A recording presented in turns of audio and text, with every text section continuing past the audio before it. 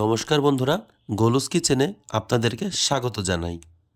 যারা মাছ, মাংস, পেঁয়াজ, রসুন খেতে একদম পছন্দ করেন না, কিন্তু বিরিয়ানি খেতে খুব মন চায়, তাদের জন্যে আজকের আমার এই রেসিপি একদম নিরামিষ বিরিয়ানি। এটা আপনারা বিভিন্ন পুজোর ভোগেও আপনারা এটা করে দিতে পারেন।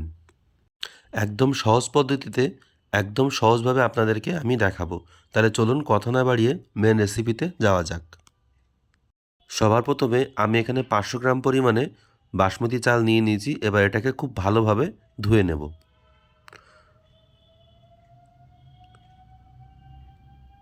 দেখুন 3-4 বার খুব ভালোভাবে ধুয়ে নিয়েছি। এবার এটাকে আমি আধা ঘন্টার মতো ভিজিয়ে রেখে দেব। এই বিরিয়ানির জন্য যে মশলা লাগবে সেটা আমি দেখিয়ে দিচ্ছি। দুটো এখানে ফুল নিয়েছি জয়িত্রীর, 2 থেকে 3 চামচের মতন ওখানে নিয়েছি সাহা জিরে, সাহা মরিচ, আর নিয়েছি একটুখানি জায়ফল, 3 টুকরো মতন। দেখুন এখানে আমি আদা নিয়ে নিয়েছি, আর নিয়েছি 5 থেকে 6টা কাঁচা লঙ্কা, অল্প একটু গরম মশলা, আর নিয়েছি কয়েকটা কাজু বাদাম। এবার এই মশলাগুলোর একটা মিহি পেস্ট আমি বানিয়ে নেব। এবার আমি এই বিরিয়ানির জন্য পনির ব্যবহার করছি। পনিরগুলো টুকরো টুকরো করে কেটে নিয়েছি। এবার আমি এতে লবণ মাখাচ্ছি একটু, আর একটু হলুদের গুঁড়ো আমি এতে মাখিয়ে দেব।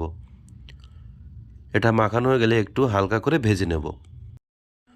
পনির ভাজার জন্যে আমি কড়াই গরম করে নিয়ে এর মধ্যে পরিমাণ মতন তেল দিয়ে দিলাম। এবার এর মধ্যে তেল গরম হয়ে গেলে একে একে সব পনিরগুলো আমি ছেড়ে দিয়ে একটু এপিট ওপিট করে ভেজে নেব।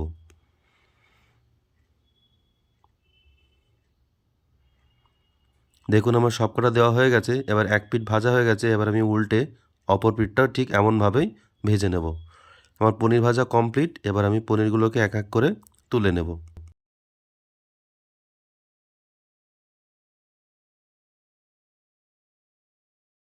এবার এই পনির ভাজা তেলের মধ্যে আমি ফোড়নের জন্যে 4টে এলাচ দিয়ে দিলাম, আর দিয়ে দেব 2টো তেজপাতা।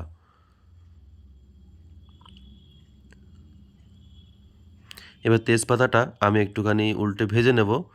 ভাজা হয়ে গেলে আমি যে পেস্ট করে রেখেছিলাম, মশলার পেস্টটা, সেই পেস্টটা আমি এর মধ্যে দিয়ে একটু ভালোভাবে কষিয়ে নেব, যাতে কাঁচা গন্ধটা না থাকে।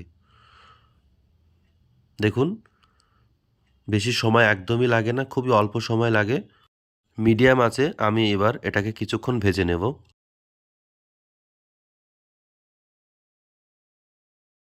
মিক্সার জারের গায়ে যে মশলাটা লেগেছিল সেটা একটু ধুয়ে আমি এর মধ্যে অল্প পরিমাণে জল দিয়ে আবার একটু ভালোভাবে কষিয়ে নেব। এবার আমি এর মধ্যে একটু পরিমাণ মতন লবণ দিয়ে দেব। আমি এখানে কোনো এক্সট্রা হলুদ ব্যবহার করব না। মশলাটা মোটামুটি কষানো হয়ে গেছে। এবার ভেজে রাখা পনিরগুলো দিয়ে আমি এই পনিরের সাথে মশলাটা আবার একটু ভালোভাবে কষিয়ে নেব।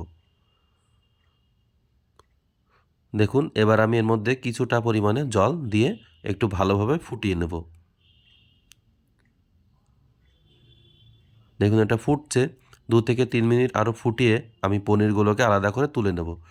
আমার মশলাটা হয়ে গেছে কষানো। এবার আমি জালটা বন্ধ করে পনিরগুলো আলাদা একটা পাত্রে তুলে নেব। পনিরগুলো তোলা হয়ে গেছে। এবার যে মশলাটা ছিল তার থেকে আমি অর্ধেক পরিমাণে মশলা একটা বাটিতে আলাদা করে তুলে রেখে দেবো, আর বাকিটা মশলা আমি কড়াইতে রেখে দেবো।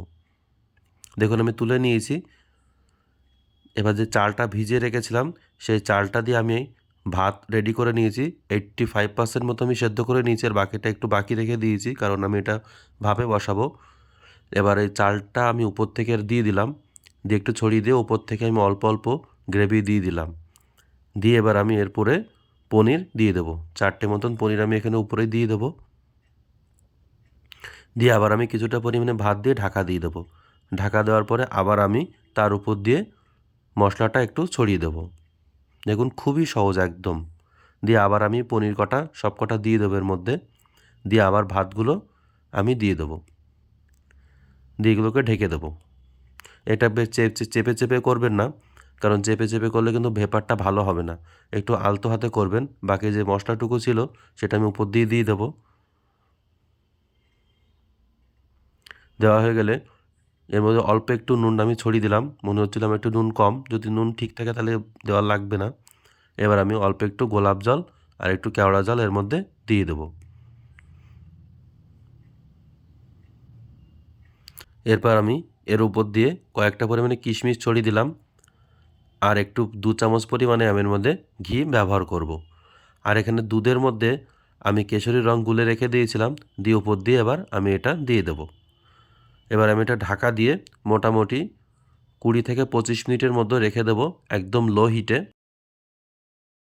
25 মিনিট পরে আমি ফিরে এলাম, ঢাকনাটা খুলে দিয়ে এবার আমি চেক করে দেখব যেটা হয়েছে কিনা। দারুণ একটা সুগন্ধ বেরোচ্ছে, জাস্ট অসাধারণ। এবার আমি মাঝখান দিয়ে একটু আলতো করে এবার দেখে নেব যে ভিতরে কোনো পোড়া লাগলো কিনা।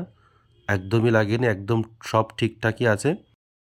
এটা দিয়ে জাস্ট অসাধারণ একটা সুগন্ধ আসছে, জাস্ট না সামনে না থাকলে আপনারা বুঝতে পারবেন না।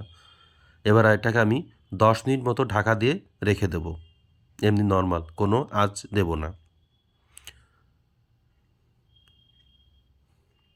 10 মিনিট পরে আমি ঢাকনাটা খুলে দিলাম, জাস্ট অসাধারণ একটা গন্ধ।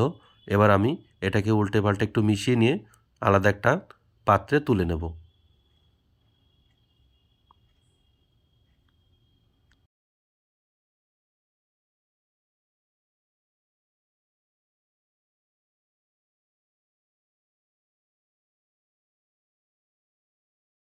আমি এখানে একটা কাঁসার থালা নিয়েছি, এই কাঁসার থালায় আমি এবার বিরিয়ানিটা কেটে কেটে তুলে রেখে দেব। দেখুন কতটা ঝরঝরা হয়েছে আর কতটা সুন্দর দেখতে লাগছে, জাস্ট অসাধারণ। আপনারা বাড়িতে একবার হলেও বানিয়ে খেয়ে দেখবেন। আর আমার ভিডিওটা যদি আপনাদের ভালো লেগে থাকে তাহলে লাইক, শেয়ার, কমেন্ট ও সাবস্ক্রাইব করে আমার পাশে থাকবেন। আর ভালো থাকবেন বন্ধুরা। আর অবশ্যই জানাবেন এই রেসিপিটা কেমন হয়েছে, আর নেক্সট কী ভিডিও দেখতে চান সেটা আমাকে অবশ্যই জানাবেন। থ্যাংক ইউ বন্ধুরা, ভালো থাকবেন।